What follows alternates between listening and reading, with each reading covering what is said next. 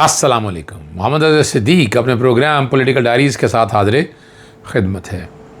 बहुत सी चीज़ें गुफ्तगू करना चाहता हूँ पर मैं कर नहीं पाता है, लेकिन आपको समझना बड़ा ज़रूरी है। पाकिस्तान के मरूज़ी हालात ऐसे आ गए हैं कि यहाँ कोई बईद नहीं, कुछ भी हो जाए। इस मुल्क को बचाने के लिए क्या उस हद तक आ सकेंगे, या हम मुसलमानों ने कौम के लिए जो पाकिस्तान का एक डर और खौफ है बरकरार रख सकेंगे? ये ज़रा सोचने वाली बातें हैं। पूरी दुनिया को खौफ नहीं रह गया अब आपका। अमेरिका को ज़ाती मुलाज़िम समझता है, और यही फ़र्क था कि इमरान खान ने उस वक्त जब ये मामला उठाया था, एब्सोल्यूट नॉट का नारा लगाया था, वादे तौर पर लगाया था, और कहा था कि इस ब्लॉक में आना है। ये ब्लॉक खित्ते में आपकी एक ताकत की तरफ पर लेके आता है। लेकिन अब तनहा आपको करने के लिए जा रहे हैं। पहले ईरान की बारी है। ईरान के साथ वो मंतकी अंजाम की तरफ चीज़ें लेकर जाएगा, इसराइल, अमेरिका और बाकी जो उनके इत्तेहादी हैं। उसके बाद अगली बारी पॉसिबिलिटी भी है वो पाकिस्तान की हो सकती है। तो हमें तो अपनी बका की जंग लड़नी है, और उसमें हमें सामने खुल के आना पड़ेगा। हमें मुकाबला करना होगा, हमें सोचना होगा कि हम कैसे इनका मुकाबला कर सकते हैं। पाकिस्तान की फ़ौज बड़ी ताकतवर है, एयरफोर्स, नेवी, हर महाज पे मुकाबला कर सकती है। तो ये गलत फहमी कैसे होगी उन लोगों को कि नहीं, पाकिस्तान को डिप्लोमेटिकली हैंडल करें। और ये बहुत सी बातें ऐसी हैं, बहुत सी बातें बढ़ा चढ़ा के बयान की गई हैं। हर चीज़ को उस नज़र से मत देखिएगा। प्रोग्राम के अगले हिस्से में 9 मई पे मैंने गुफ्तगू करनी है, और साथ साथ तोशाखाना वाले इशू पे भी बात करूँगा। फिर एक और जो करप्शन के अंबार खड़े किए हुए हैं वो भी मैं बात करूँगा। तो पहले तो ज़रा इस बात पे समझ आएँ आप कि पाकिस्तान कहाँ खड़ा है। अमेरिका अपने जहाज़ B-2 लेके आया, वो सीधा तो नहीं आया। कहीं ना कहीं पॉसिबिलिटीज़ आ रही हैं। कहीं बात हो रही है कि मुसलमान ममालिक, चाहे वो शाम की शक्ल में हो या बाकियों की शक्ल में हो, कहीं जिक्र हो रहा है इंडिया का कि इंडिया की तरफ से आए। मैंने एक ट्वीट भी किया था कि वो सारों को जहाँ आकर इस्तेमाल, लेकिन ये तो अब ये तो नहीं हो सकता ना कि वहाँ से अगर इसराइल के तैयारी अगर उड़ के आए यहाँ तक, तो इतनी लंबी फ़्लाइट तो नहीं लेकर आए होंगे ना, लंबी फ़्लाइट तो नहीं लेकर आए होंगे ना। और ये फ़्लाइट जितनी भी होगी आखिर यहाँ तक पहुँचना काम रखता है। कहीं ना कहीं फ्यूल तेल डलवाया होगा, रेस्ट की होगी, हो सकता है पायलट बदले हों, जो पायलट लेके आया था वो पायलट ने ना चलाए हों, वो दूसरे पायलट पहुँचे हों। आखिर इसकी ताकीक तो होनी चाहिए, सामने तो आनी चाहिए। चीज़ें सामने आएंगी तो आपको समझ आ जाएगी बात कि असल कहानी क्या है। पाकिस्तान को अपना वजूद बरकरार रखने के लिए जुल्फ़िकार अली भुट्टो से सीखना चाहिए। We will eat grass and will not compromise. हम एटमी ताकत बनने की वजह से ईरान को तो एटमी ताकत के करीब फंकने नहीं दिया जा रहा।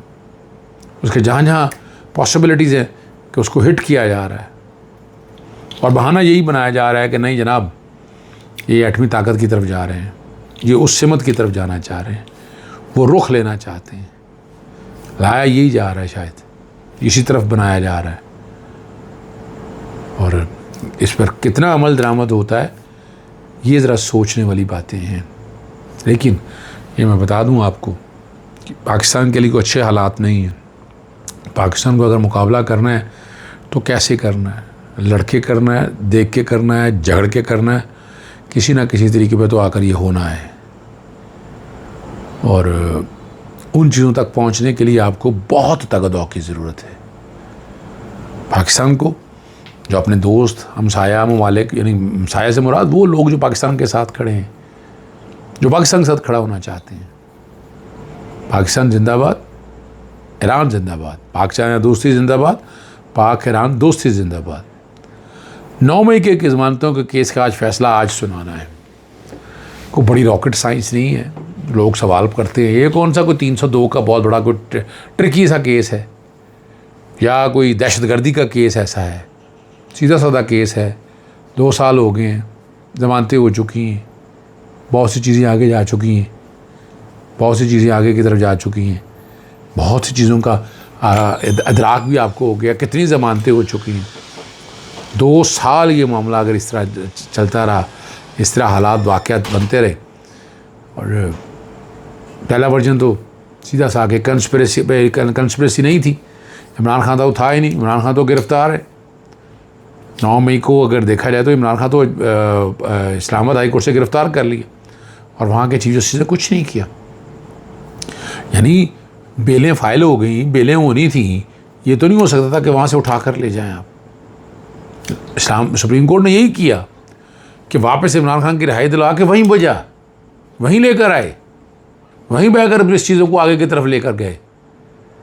और तशद्दुद हुआ, ज़्यादती हुई, खड़ा रहा और मर्द मुजाहिद की तरह आज भी वो खड़ा हुआ है, आज भी मुकाबला कर रहा है।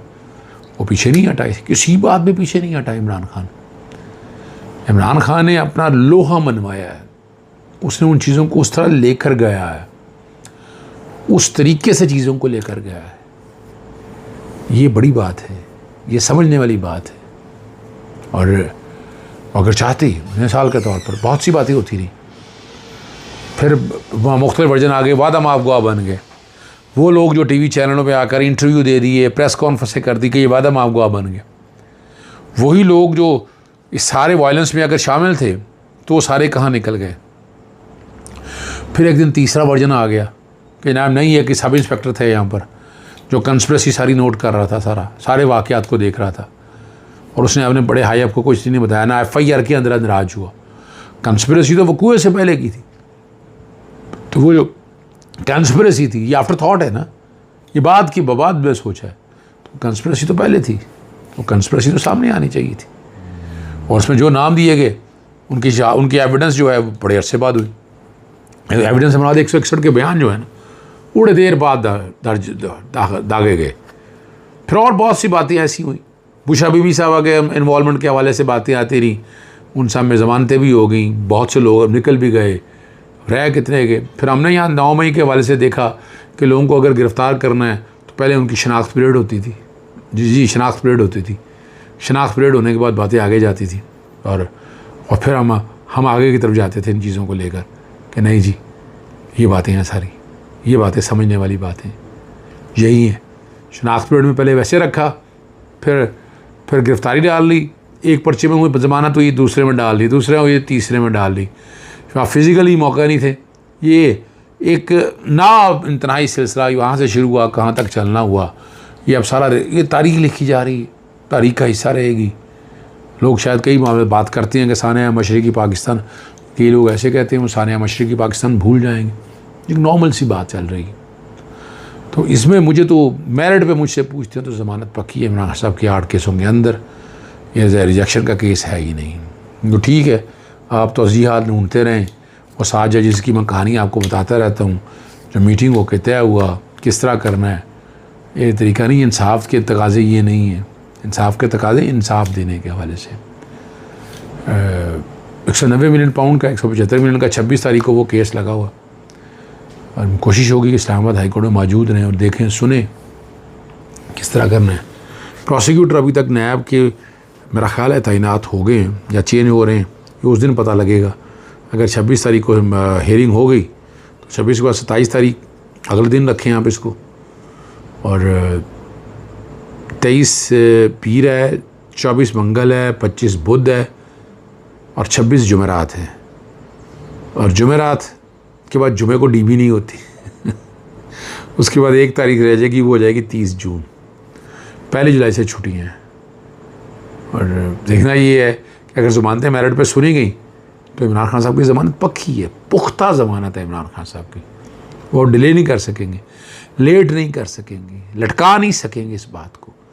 कितना लटकाएंगे वो मुश्किल बात है आपके लिए, आपके लिए बहुत कम रास्ता है जनाब आला। ज़मानतें बस वो मर्द मुजाहिद है, मुकाबला किया, लड़ा और यहाँ तक लेकर आया, ये बड़ी बात है।